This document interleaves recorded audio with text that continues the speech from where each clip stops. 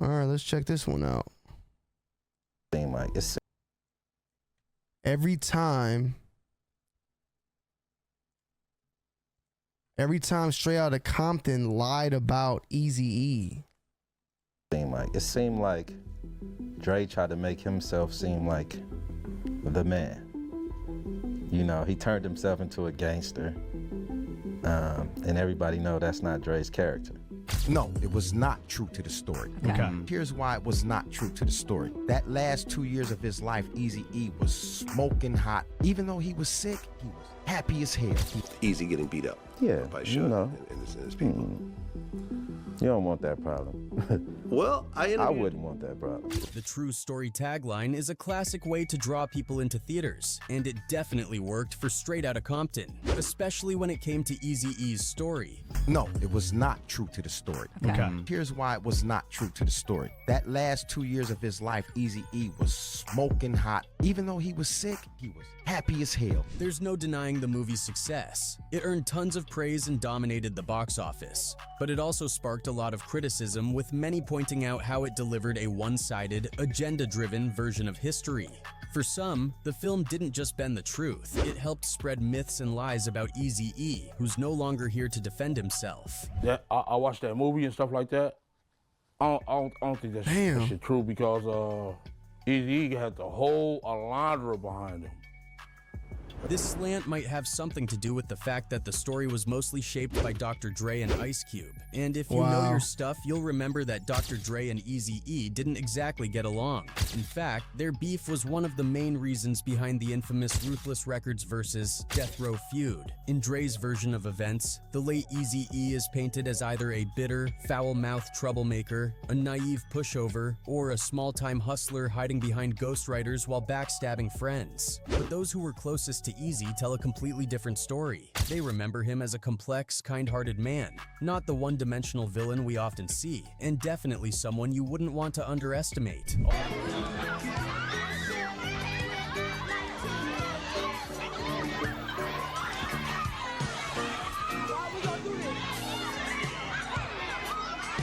Also, one of the most criticized parts of the movie is how it portrays Dr. Dre as this almost superhero-like figure in rap, which doesn't quite add up.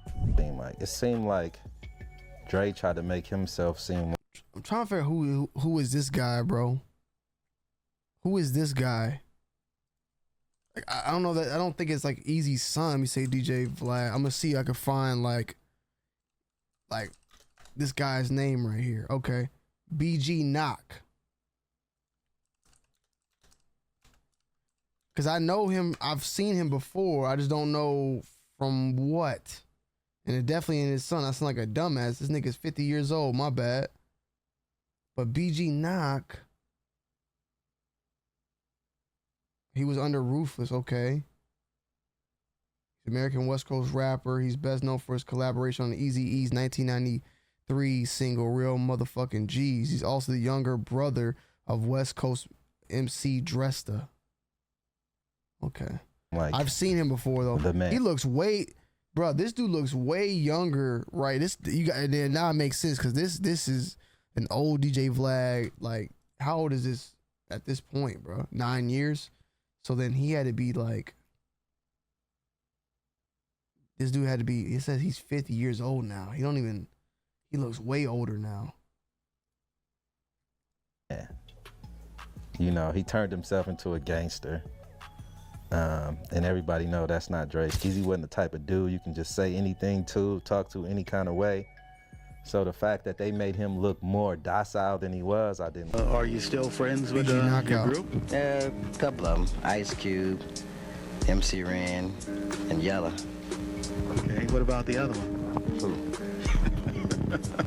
Dr. Dre. Salute to G Nemo. stuff come from the concrete, and that's the streets, which he was never from the streets.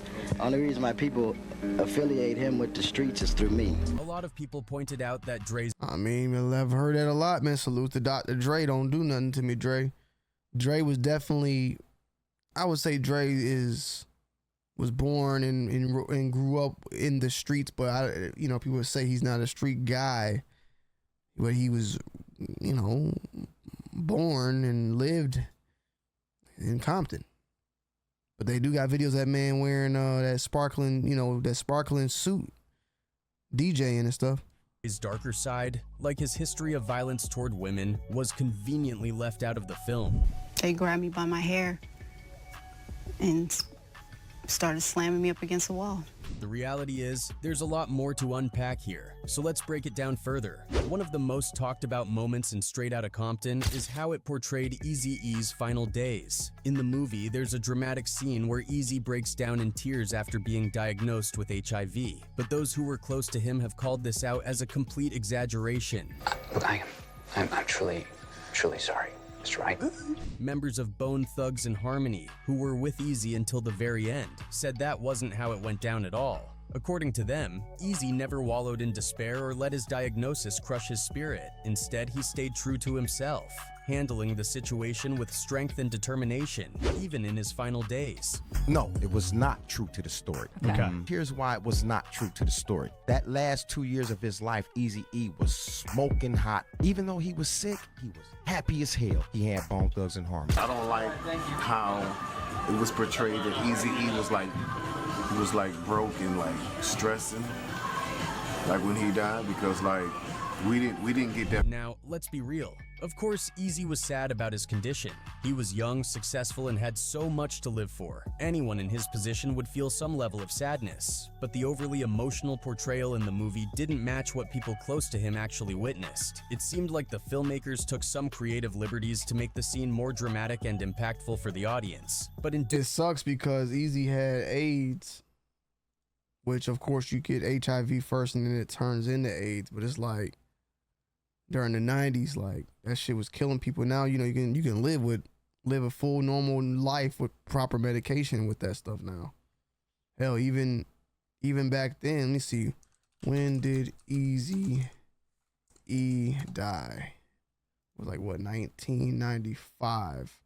So okay, the reason why I'm saying that is that even Eazy then, if he would have properly taken care of himself, he could have lived, because Magic Johnson, when did Magic Johnson announce HIV? He announced that in 1991. So usually they say what it takes 10 years to have HIV to AIDS. So if Eazy died in 1995 from AIDS, he possibly could have caught it within 10 years or less. But, he possibly could have caught it in 1991 or whatever. So he could have, but the thing is, he didn't like look into it, I guess, until it was too late. When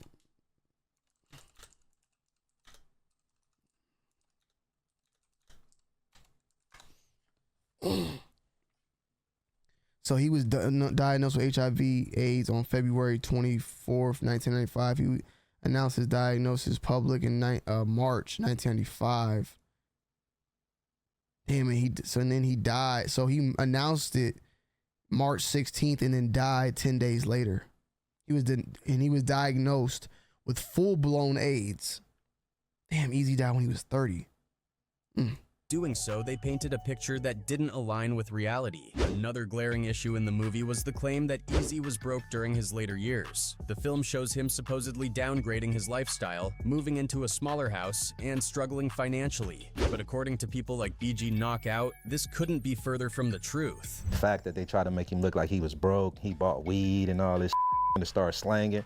All that shit was bullshit. In fact, Eazy was anything but broke. His company, Ruthless Records, was worth hundreds of millions of dollars. He had a thriving bank account, the #1 group and album in the country, and multiple properties, not some downsized single house as the movie suggests.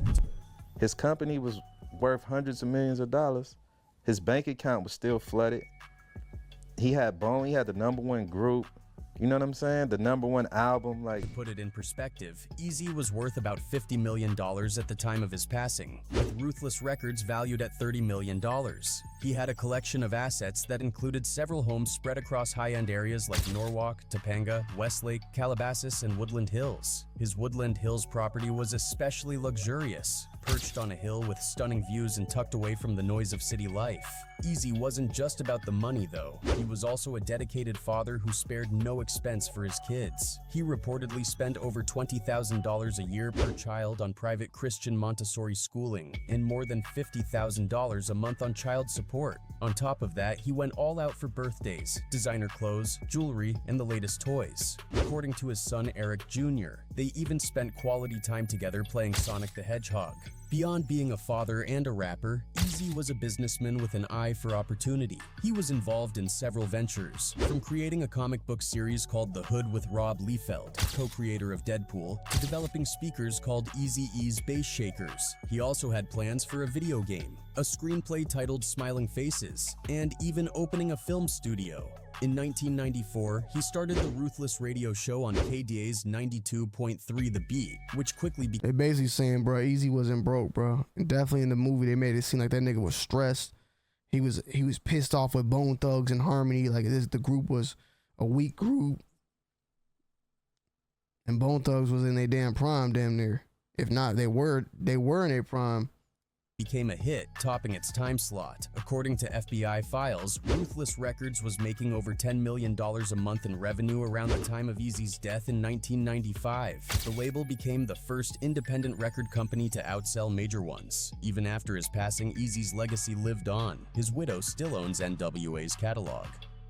Meanwhile, royalty checks from old Ruthless artists continued to flow into his estate. Now, with the rise of streaming services, Eazy's music and business ventures will likely keep generating revenue for generations. So portraying Eazy as broke in the movie, that just doesn't add up. BG Knockout believes the portrayal was intentional, a way for Dr. Dre and others involved to skew Eazy's legacy. I don't get like why they put that in the movie. So to me, it seemed like they was trying to skew his legacy. Another side of Eazy-E that Straight Outta Compton completely ignored was his selfless and giving nature. People who knew him always talk about how he had a big heart and a soft spot for anyone society overlooked or forgot about. Whether it was small acts of kindness or grand gestures, Eazy showed his empathy time and time again. For instance, in his own neighborhood, Eazy would do things like buy ice cream for the kids in Compton or spend hours skateboarding with the younger kids in Calabasas. But it wasn't just about the small stuff. He went all out when it came to helping others. During the holidays, Eazy would dress up as Santa Claus to hand out gifts and make sure families in need had turkeys for Thanksgiving. He didn't stop there. He'd take the children of his employees on Disney trips and even spend over $600 on merchandise to make those moments extra special. He was always trying to expose kids to opportunities they might not otherwise get. He sponsored rodeo events to introduce inner-city youth to new cultural experiences and spent time talking to incarcerated teens, encouraging them to turn their lives around. Achievement for all the inner-city kids to be here? Yeah, I think so. I know so. And it wasn't just his time he gave. Eazy also donated a significant amount of money to causes he believed in. He supported charities like City of Hope Memorial Hospital, participated in the Make-A-Wish Foundation, and was involved with athletes and entertainers for kids. His generosity even earned him an invitation to a 2-day conference and fundraising event hosted by President George H.W. Bush in 1991. But one story really shows hey man, he ain't put all this in Straight Outta Compton. The kind of person Eazy was. Cocaine, a member of the group Above the Law, shared how Eazy saved his kids' lives. Cocaine's twins were born prematurely and needed an expensive operation to survive. Eazy canceled an important business meeting, drove all the way from Calabasas to Fontana, and handed over $30,000 to cover the medical bills. "I honor that brother to this day," Cocaine said. Tell you a story. Cocaine. Before my kids was born, they were born prematurely, twins. They were about to be born, they need to be born 7 months. So they needed a major operation. For so many people, Eazy wasn't just a Why you cut the nigga off, man? boss or a business partner. He was a mentor, a protector, and a friend. He had a way of seeing the potential in people that they couldn't see in themselves. He encouraged them to aim higher and be better than they ever thought possible. But the movie didn't show this side of him at all. Instead, it painted Eazy as a pushover, which couldn't be further from the truth. One of the most ridiculous moments in Straight Outta Compton is the scene where Suge Knight supposedly intimidates Eazy into signing over Dr. Dre's contract to Death Row Records. In the movie, Suge is shown slapping Eazy around and bullying him into giving up Dre. I'm out. Whoa. But anyone who really knew Eazy knew this portrayal was pure fiction. Eazy wasn't the kind of guy you could just push around. He had deep connections with some of the most serious figures out there, including the Crips and the Mexican Mafia. Eazy was also heavily tied to the Southside Crips, who were a major force in Compton. What happened in One that of his situation? key connections was with Keef D, a well-known figure in the Compton gang scene. Keef D's family even owned Compton Hydraulics, a car shop on Long Beach. Wow, so Eazy knew the nigga that killed Pop. Right? Keefy D. So wait. Wow. So Eazy knew the nigga that killed Pac, or that was there. Well, he's one of the niggas, if not the nigga. Like, it's a couple of them. He knows them. And if he know them, of course, then Suge know them in a way. But now them niggas is saying that that Puff is the one that had them kill Pac. But these is West. I mean, we already knew they were West Coast, but that's crazy. Beach Boulevard in Compton. This wasn't just a place for car repairs. It was a hub where street culture, music, and business overlapped. Eazy grew up right in the middle of Southside Crip territory in the Kelly Park Compton Crip neighborhood. Well, man. So that's another reason if they Crips. His close ties to Keef D's brother Kevin made him part of that circle in a way that went beyond music. In 1993, when Eazy filmed the video for his iconic diss track Real G's, he wasn't just throwing subliminal shots, he was making a statement. The video is packed with imagery that ties Eazy to the Southside Crips. One standout car, known as the Gangster of Love, was said to belong to either a prominent Southside Crip named Big Spank, or someone from Keef D's family.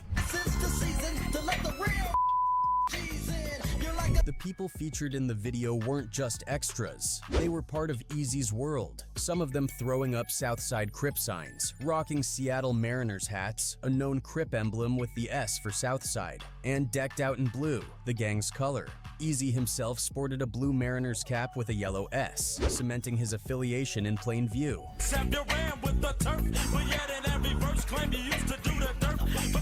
Adding to this mix was BG Knockout. BG Knockout and the crew backing Eazy were fiercely loyal, making it clear that Eazy wasn't someone you could mess with lightly. Both BG Knockout and Keef D have dismissed the idea of Suge ever laying a hand on Eazy. Eazy getting beat up by Suge and his people. You don't want that problem. Well, I wouldn't want that problem. For them, the slap story is pure fiction. After all, Suge Knight would have been risking a war with the Southside Crips. Frankly, that's not a gamble anyone would want to take. Yeah, I watched that movie and stuff like that. I don't think that shit true because Eazy-E had the whole Alondra behind him.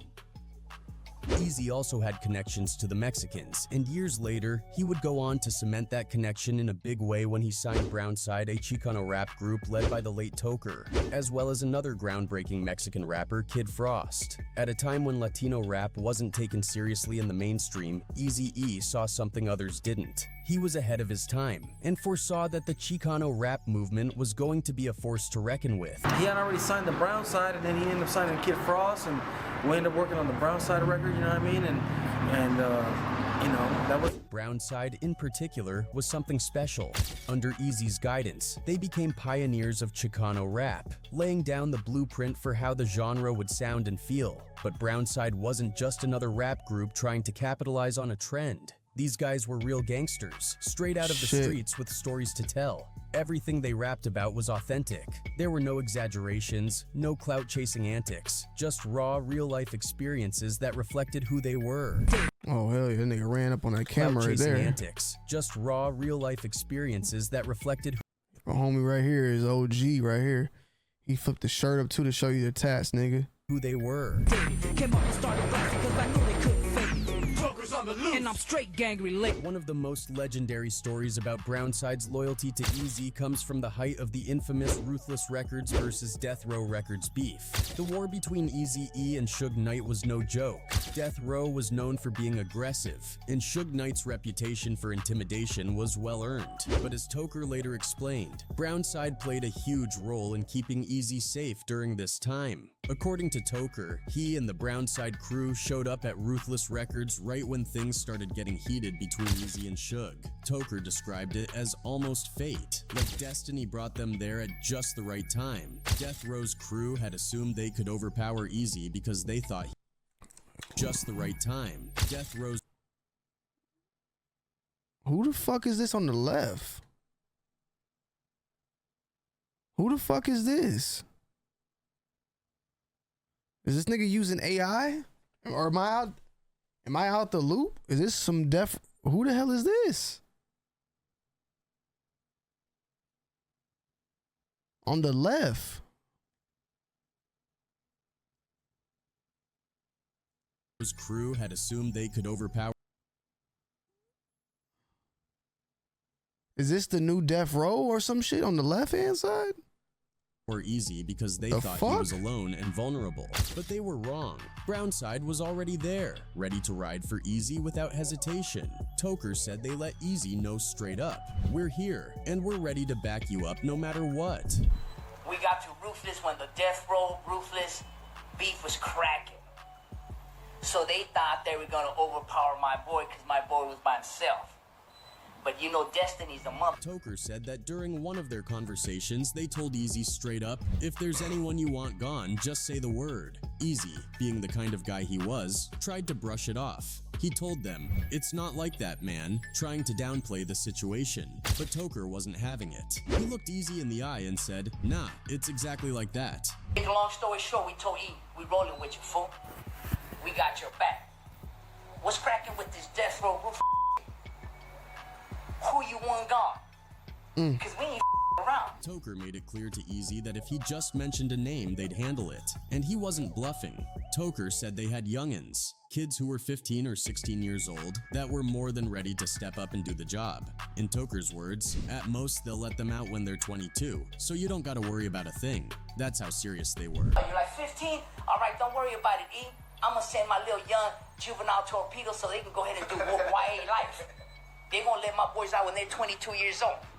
After that conversation, things between Eazy and the Mexican community became even tighter. Eazy knew he had an army behind him. Wherever he went, fancy restaurants, important meetings, or events, he'd call up Brownside and his Mexican homies to roll with him. They weren't just there for show either. These guys were ready for whatever. They were hoping to run into anyone from Death Row Records so they could make a... So I noticed he said the late Toker, and I wanted to find out what happened to Toker. So apparently he died in Mexico.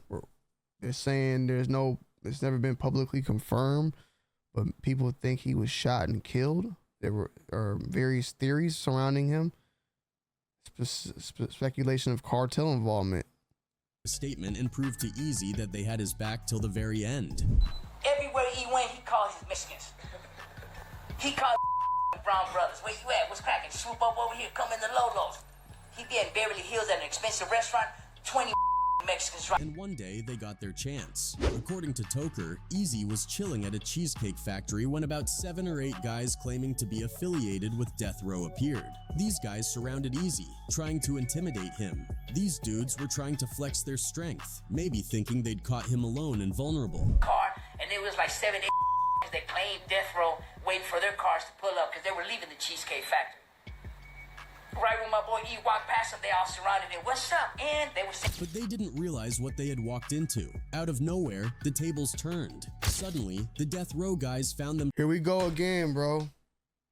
What's up with these pictures, my nigga? You keep getting these weird pictures with these images of people, bro.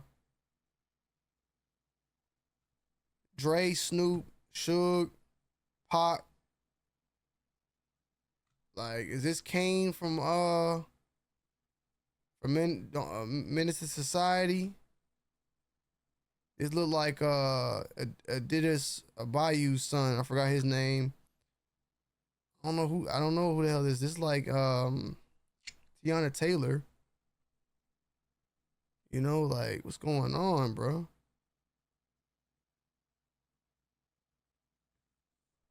Themselves surrounded, and not just by a few people. Toker described it as feeling like they were at a Mexican soccer field. The entire place was filled with Mexican gang members who showed up to protect Eazy. These weren't random guys either. They were real gangsters, people who didn't play around. All of a sudden, them 7, 8 looked around like, we're surrounded. They thought they were at a Mexican soccer field surrounded by Mexican soccer players, but it was us. The Death Row affiliates were completely shook.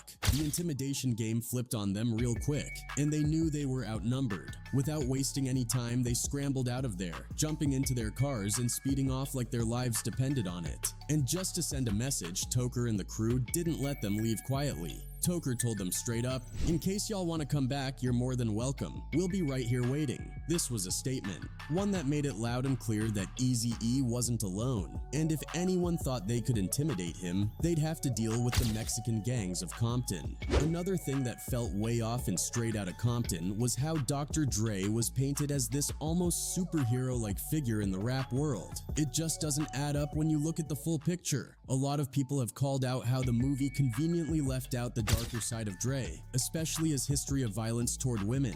One glaring example is what happened with Dee Barnes. This was when she was a presenter on the Fox TV show Pump It Up, which covered hip-hop. Oh yeah, you got an AI voice. Culture, and often featured big-name rappers. By the time the Ice Cube drama kicked off, Dee had already interviewed NWA several times. She was familiar with the whole crew and had covered them on her show for years. Ice Cube of NWA will be hanging out with him and all his homies at his house. We'll be back after these commercials or breaks or cuts or whatever. Whatever. Don't go anywhere. But once Cube left, things shifted. NWA responded by dissing him hard on their track, 100 Miles and Runnin', making it clear they weren't just going to let him walk away quietly.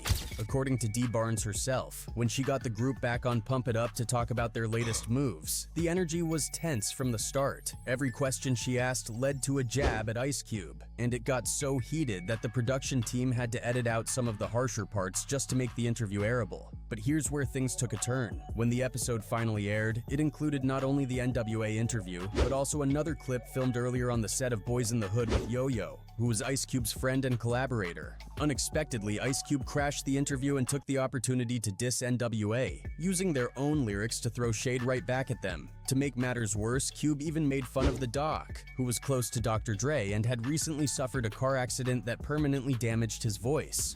Ice Cube gon' pump it up. I got all suckers 100 miles and run. Like to give a shout out to the DLC. For the record, even at the time, Dee Barnes said she didn't think they should air that segment, but as just a presenter, she didn't have the final say over the edit. Unfortunately, the final edit sensationalized the story by playing the two clips back to back. After Ice Cube's interview aired, Dee turned to the camera and mentioned that she's always in the middle of controversy. This was likely a reflexive response to an awkward situation, but in the edit, it looked like she was stoking the flames, encouraging the beef between Ice Cube and NWA, and positioning herself right in the middle of it. After the interview fiasco, some time went by, but Dr. Dre and Dee Barnes eventually crossed paths again. At a Def Jam Records party, a drunken Dr. Dre spotted Dee Barnes. Still furious about how the interview had been presented, he flew into a blind rage. According to Rolling Stone reporter Alan Light in an article called Beating Up the Charts, Dre picked her up by her hair and began slamming her head and the right side of her body repeatedly against a brick wall near the stairway. His bodyguard held off the crowd with a gun, ensuring no one could intervene. Dre then tried to throw her down the stairs but failed. Undeterred, he began kicking her in the ribs and hands. Dee managed to escape and ran into the women's restroom, but Dre followed her, grabbed her from behind by the hair. All right, man, you starting to take it all. Like, where does this have to do with Eazy at this point, man? Again, and proceeded to punch her in the back of the head. It's a painful and traumatic You're trying experience. to get the minutes, man. This vicious attack didn't go unnoticed. Members of NWA openly discussed the incident in subsequent interviews. MC Ren bluntly stated she deserved it. B deserved it. Eazy-E echoed the sentiment, saying, yeah, B had it coming. Dr. Dre himself was unapologetic, saying, people talk all this ish, but you know, somebody F with me, I'm gonna woo F with them. I just did it, you know? Ain't nothing you can do now by talking about it. Besides, it ain't no big thing. I just threw her through a door. That's what she get. I hope she get it again.